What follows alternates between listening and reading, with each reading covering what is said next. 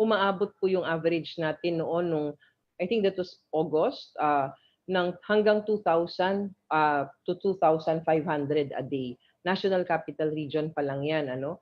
Pero ngayon, nakikita natin talaga yung pagbaba ng mga kaso. We are just averaging about 500 plus cases a day in the National Capital Region. When we talk about the whole country, we were averaging also before mataas na mga kaso, no? Pero ngayon, nakikita natin yung ating averages for our country would just be about 1,800 in a day ang mga kaso. That's for the whole country already. And further analysis showed na yung trends natin comparing to last month decreased by 25%. So hopefully, dadating tayo dun sa point na pababa na rin siya ng pababa, hindi na tayo madadagdagan ng mga kaso.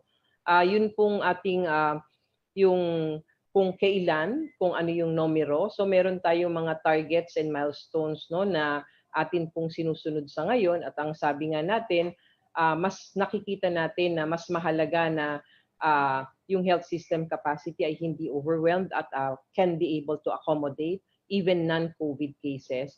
And also yung average growth rate nila dapat makikita natin downward, no? Ibig sabihin negative siya, hindi siya nagpa-positive.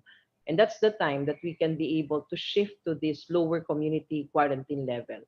Our target for our milestones would be hopefully by next year, end of first quarter, lahat na ng local governments natin nasa MGCQ status na, nearing new normal, no, na sinasabi natin na pwede na tayo talaga lahat to have that kind of shift. Nick?